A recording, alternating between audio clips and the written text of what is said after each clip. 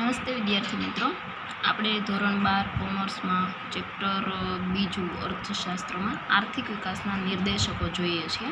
એમાં આપણે last time આર્થિક વિકાસના નિર્દેશકોમાં રાષ્ટ્રીય આવકનો વૃદ્ધિ દર જોયેલો. આજે આપણે વિદ્યાર્થી મિત્રો રાષ્ટ્રીય આવકનો વૃદ્ધિ દર જોયા બાદ માથાદીઠ આવકનો વૃદ્ધિ દર જોવાના છીએ.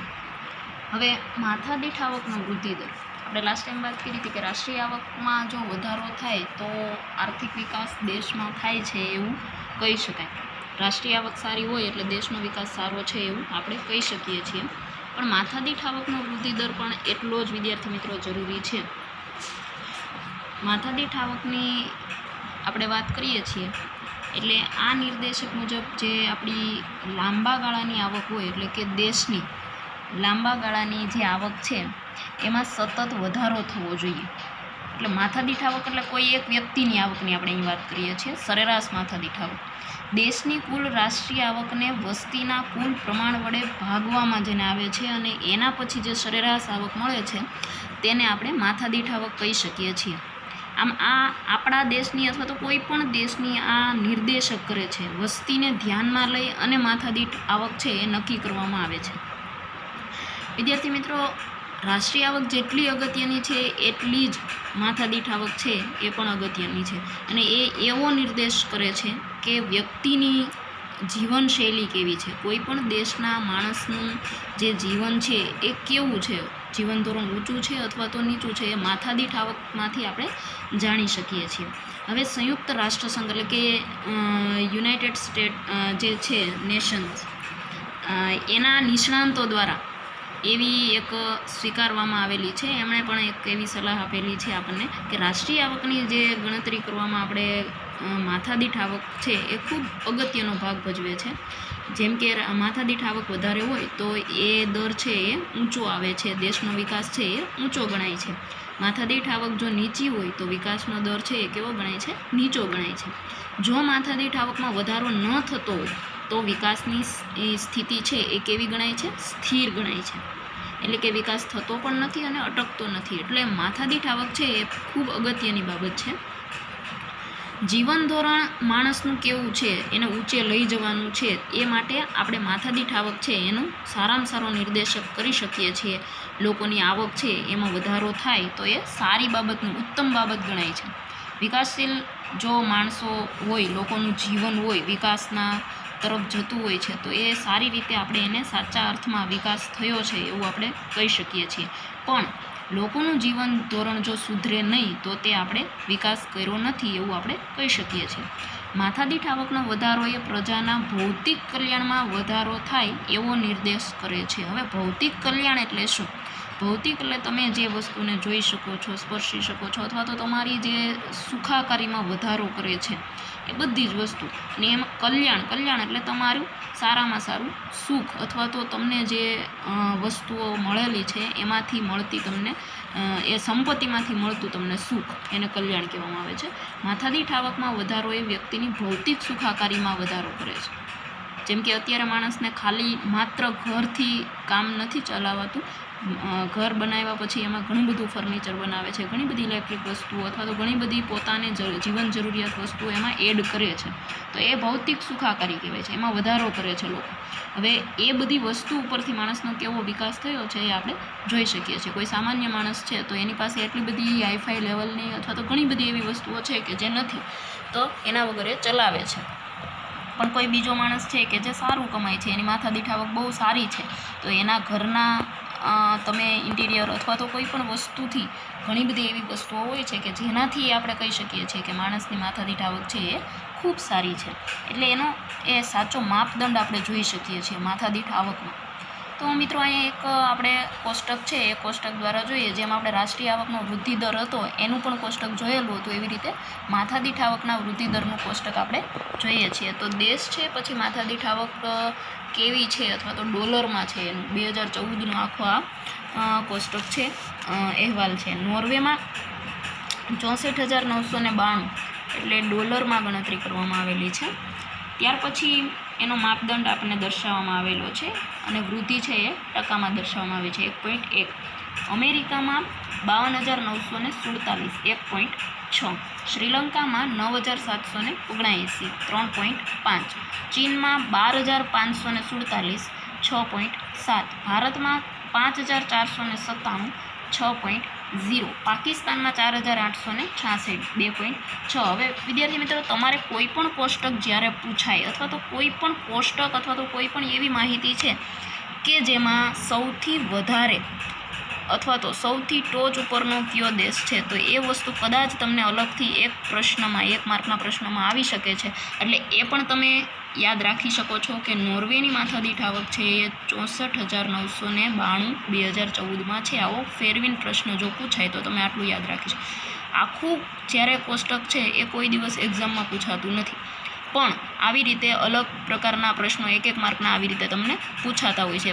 ત્યારબાદ બીજી વસ્તુ એ યાદ રાખવાની કે કોષ્ટકમાં ક્યાંય પણ ગુજરાત કે ભારતનો ઉલ્લેખ થવાનો હોય અથવા તો થયેલો છે તો એ વસ્તુ તમારે ક્યારેય ભૂલવાની નથી. એ તમારે નોટ ડાઉન કરી જ લેવાની છે કે ભારતનો માથાદીઠ આવક છે એ ડોલરમાં 2014માં કેટલી હતી, તો તમે કહી શકો કે 5,497 અને એનો વૃદ્ધિ દર 6.0. તો આવી રીતે અલગ અલગ ક્વેશ્ચન પૂછાય છે. એટલે ભારત આવતું હોય, ગુજરાત આવતું હોય તો આવી રીતે તમે અલગથી એક ક્વેશ્ચન છે એને નોટ આઉટ કરી શકો છો. એટલા માટે તમને સરળતાથી યાદ રહી જાય છે. ક્યારેક એવું લાગે છે કે પ્રશ્ન આવા જ ફેરવીને પૂછાતા હોય પણ તમને એવું લાગે કે પેપર તો કોર્સ 12ના પ્રશ્નો હતા, પણ આવી રીતે કોષ્ટકમાંથી ઘણી વખત પ્રશ્નો પૂછાતા હોય છે.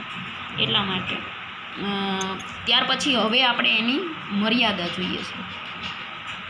આ જે કોષ્ટક દ્વારા આપણને ખબર પડે છે કે માથાદીઠ આવક છે, જે રાષ્ટ્રીય આવક છે એ નોર્વેમાં છે, એનો સૌથી ઉપરનો નંબર છે, પણ આપણે જોઈ શકીએ છીએ કે સૌથી વધારે 64,992 એટલે માથાદીઠ આવક કોઈ એક વ્યક્તિની આવક આટલી છે. એટલે નોર્વે છે એ ખૂબ જ સમૃદ્ધિ અથવા તો સારામાં સારું ઊંચું જીવન ધોરણ દર્શાવતો દેશ છે.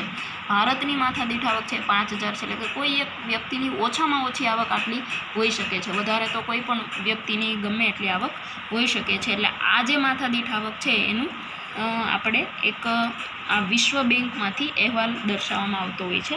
એટલે વિશ્વ બેંકના આધારે આપણે આ કહી શકીએ છીએ.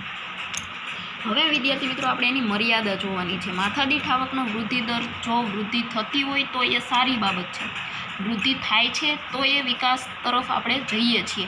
પણ વિદ્યાર્થી મિત્રો, જો વૃદ્ધિ નથી થતી અથવા તો થાય છે તો દેખાતી નથી, એટલે આ એની મર્યાદા છે. મર્યાદામાં નેગેટિવ પોઈન્ટ લખવાના છે. વિભાગ સીમાં 2 માર્કમાં તમને એની મર્યાદા પૂછાય, કારણ કે એના બહુ નાના નાના પોઈન્ટ છે અને 5 પોઈન્ટ છે એ તમે લખી શકો છો. એટલે પહેલો પોઈન્ટ છે એમાં માત્ર અંદાજો. મર્યાદા એટલે તમારે ખામી લખવાની છે, ગેરલાભ લખવાના છે અને નેગેટિવ પોઈન્ટ લખવાના છે. માત્ર અંદાજો, માત્ર અંદાજો એટલે એક પ્રકારના એવા આપણે ખાલી તાર્કિક કારણો રજૂ કરી શકીએ છીએ. માથાદીઠ આવક સારી છે, દેશ માટે સારી વૃદ્ધિ થાય છે, એવા માત્ર આપણે અંદાજ લગાવી શકીએ છીએ. એટલે દેશની જે રાષ્ટ્રીય આવક છે એ આપણે એના આંકડાને લગભગ સાચા હોતા નથી. ત્યાર પછી જો દેશની વસ્તીની આપણે ગણતરી કરીએ છીએ તો દેશની વસ્તી છે દર 10 વર્ષે એની ગણતરી કરવામાં આવે છે. હવે 10 વર્ષની અંદર જેટલા વર્ષો આવે છે ને એમાં જે વસ્તી વધે છે તો એની કોઈ ક્લિયર બાબત હોતી નથી અને એમાં માત્ર અંદાજ લગાડવામાં આવે છે. એટલે માથાદીઠ આવક છે એ પણ ક્લિયર હોતી નથી. ત્યાર પછી છે રાષ્ટ્રીય આવક અથવા તો માથાદીઠ આવક છે એને ગણવાની મુશ્કેલ. હવે એ વસ્તુને ગણવી ખૂબ મુશ્કેલ છે કે આ આપણે માથાદીઠ આવક છે એ ચાલુ ભાવે ગણવી કે સ્થિર ભાવે. એટલે આ બંને પરિસ્થિતિ જે છે એ ખૂબ અઘરી હોય છે, જે જાણી શકાતી નથી. એટલે આ બહુ નાના નાના પોઈન્ટ તમારે 2 લાઇનમાં લખવાના છે. વિભાગ સીમાં 2 માર્કમાં તમે વધારે લખી ના શકો, એટલે આટલું તમે ક્લિયર કરી લેવાનું. ત્યાર પછી માથાદીઠ આવકમાં માત્ર સરેરાશ દર્શાવાય છે. હવે માત્ર સરેરાશ દર્શાવે છે. કોઈ પણ નિર્ણય જ્યારે સરેરાશના આધારે લેવાતો હોય છે એ સાચો હોતો નથી, એ એક અંદાજિત નિર્ણય હોય છે, એમાં આપણે શ્યોર હોઈ શકતા નથી. એટલે માથાદીઠ આવક છે માત્ર સરેરાશ દર્શાવે છે કે ભારતનો વિકાસ થઈ ગયો છે, પણ એ ખરેખર થઈ ગયો છે એવું આપણે કહી શકતા નથી. એ સરેરાશના આધારે આપણે દર્શાવીએ છીએ. સરખામણીની મુશ્કેલી. હવે કોઈ પણ દેશ છે એ બંને દેશની સરખામણી આપણે કરવી હોય, દાખલા તરીકે અમેરિકામાં જે એની આવક છે એ ડોલરમાં હોય છે, ભારતની જે આવક છે એ રૂપિયામાં હોય છે. તો આ બંને દેશની સરખામણી કરીએ તો એમાં ઘણી બધી મુશ્કેલી પડતી હોય છે, અને કોઈ પણ દેશનું ચલણ છે એને ડોલરમાં કન્વર્ટ કરી અને પછી માથાદીઠ આવક દર્શાવવામાં આવે છે. તો આ બધી વસ્તુઓમાં ઘણી બધી મુશ્કેલી સર્જાતી હોય છે. એટલે આ પણ એક ખામી કહેવાય એની. ત્યાર પછી ભ્રામક નિર્દેશક.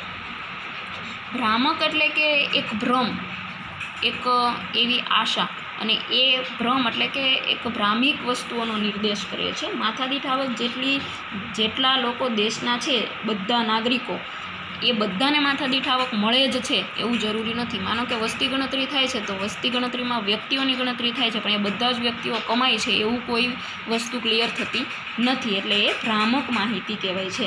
એટલે આ બધી વસ્તુઓમાં ઘણી બધી વસ્તુઓ છુપાતી હોય છે, એટલે સાચો નિર્દેશ મળતો નથી. તો માથાદીઠ આવકનો વૃદ્ધિ દર છે એ વિદ્યાર્થી મિત્રો તમને વિભાગ ડીમાં જો પૂછે તો તમારે આખું આટલું 3 વસ્તુ લખવાની છે. કે એનું કોષ્ટક, પહેલાં તો માથાદીઠ આવકનો અર્થ, ત્યાર પછી એનું કોષ્ટક અને એની મર્યાદા. તો વિભાગ ડીમાં તમે 3 વસ્તુ લખી શકો. માત્ર મર્યાદા પૂછાય તો તમે વિભાગ સીમાં 2 માર્કમાં આના 5 પોઈન્ટ છે, જેમાં તમારે માત્ર 2 જ લાઈન લખવાની છે 1 પોઈન્ટની અંદર.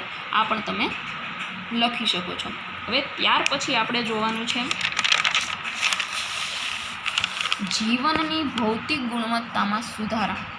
જીવનની ભૌતિક ગુણવત્તા. હવે વિદ્યાર્થી મિત્રો, ભૌતિક ગુણવત્તા એટલે શું? જીવનની ભૌતિક ગુણવત્તા કોને કહેવાય? તો કે આર્થિક વિકાસમાં જે લોકોનું જીવન ધોરણ સુધરે છે અથવા તો સુધરેલું બની ગયું છે, તો તેનાથી કોઈ પણ દેશમાં આર્થિક વિકાસ થયો છે એવું બીજા દેશ કરતાં એ કેટલો અથવા વધારે અથવા તો ઓછો વિકાસ કરે છે એ માણસના જીવન ઉપરથી નક્કી કરી શકાય છે. દાખલા તરીકે અમેરિકામાં જે માણસોની જીવનશૈલી છે, લાઈફસ્ટાઈલ છે, એ અને ભારતની જીવનશૈલી છે, એ બંનેની લાઈફસ્ટાઈલ ઉપરથી તમે નક્કી કરી શકો છો કે ભૌતિક ગુણવત્તા કેટલી છે. ભૌતિક ગુણવત્તા જે છે એ સુખાકારીમાં વધારો કરે છે. તમારી પાસે કેટલી ઇલેક્ટ્રિક વસ્તુઓ છે, તમે કેટલા સ્માર્ટ જે સાધનો છે, અત્યારના એડવાન્સ ટેકનોલોજી કેટલી વાપરો છો, એના ઉપરથી તમારી લાઈફસ્ટાઈલ નક્કી થાય છે. તો એવી બધી વસ્તુઓની જ્યારે ગણતરી કરવામાં આવે છે એને જીવનની ભૌતિક ગુણવત્તા કહેવાય છે. હવે એમાં સુધારો લાવવાનો છે. જે વસ્તુઓથી પહેલાં આપણે ચલાવતા હતા ભૂતકાળમાં, એ જ વસ્તુઓથી આજે પણ જો ચલાવતા હોય તો આપણી ભૌતિક ગુણવત્તા સુધરેલી નથી. પણ હવે અત્યારે આજના જમાનામાં ઘણી બધી ટેકનિકલ વસ્તુઓ આવી ગઈ છે, અને આપણે એ બધી ટેકનિકલ વસ્તુઓનો જો સારી રીતે ઉપયોગ કરીએ તો આપણી એ ગુણવત્તા છે એમાં સુધારો લાવી શકીએ છીએ. તો એમાં મુખ્ય એના 3 પોઈન્ટ છે.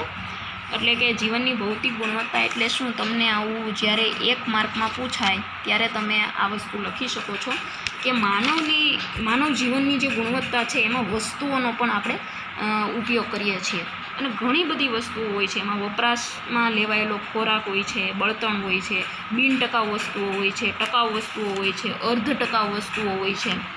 ત્યાર પછી વપરાશમાં લેવાયેલ સેવાઓનો સમૂહ. સેવાઓ એટલે મેં તમને પહેલાં પણ કીધું હતું કે જેને તમે જોઈ નથી શકતા પણ તમે એનો ચાર્જ ચૂકવો છો. એટલે એ બધી વસ્તુઓનો સમૂહ કે જેમાંથી તમારું જીવન કેટલું આગળ આવે છે અથવા તો ઊંચું જઈ શકે છે, એનાથી આપણી ભૌતિક ગુણવત્તા માપી શકાય છે. તમે વપરાશી વસ્તુ એટલે તમે પહેલાંના સમયમાં માણસ છે એ કપડાં છે એ જાતે ધોવે છે, અત્યારે હવે માણસ છે એ મશીન દ્વારા કપડાં ધોઈ શકે છે. તો એ એક વસ્તુનો વપરાશ થયો, એટલે ભૌતિક ગુણવત્તામાં સુધારો થયો. ત્યાર પછી ટકાઉ વસ્તુ અને બિનટકાઉ વસ્તુ. હવે ટકાઉ વસ્તુ કે જે લાંબા સમય સુધી ટકી શકે છે, અને બિનટકાઉ વસ્તુ કે જે નથી ટકી શકતી. તો આવી બધી વસ્તુઓમાં તમે કેટલો વધારો કરો છો તમારા ઘરમાં, એ પણ એ ગુણવત્તા તમારી નક્કી કરે છે. ત્યાર પછી સેવાઓનો સમૂહ. તો સેવા પણ તમે અલગ અલગ પ્રકારની ઘણી બધી લઈ શકો છો. તમે ઘણું બધું તમારા શોખ માટે તમે પૈસા અથવા તો ચાર્જ ચૂકવો છો, જે તમારા જીવન ધોરણમાં સુધારો લાવી શકે છે. તો આ બધી વસ્તુઓને જીવનની ભૌતિક ગુણવત્તા કહેવાય છે.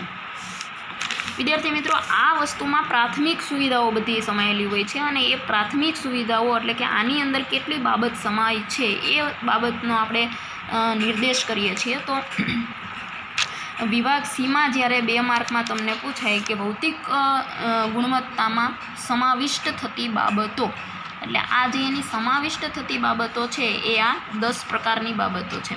તો એમાં પહેલું છે ખોરાક. વ્યક્તિને જીવન જરૂરિયાત, પ્રાથમિક જરૂરિયાત છે ખોરાક. ત્યાર પછી આરોગ્ય, રહેઠાણ, શિક્ષણ, મનોરંજન, પરિવહન. જો વ્યક્તિ સારો ખોરાક ખાતો હોય અથવા તો સારામાં સારી રીતે જીવન જીવતો હોય એટલે એનું જીવન ધોરણ છે એ ઊંચું ગણાય છે.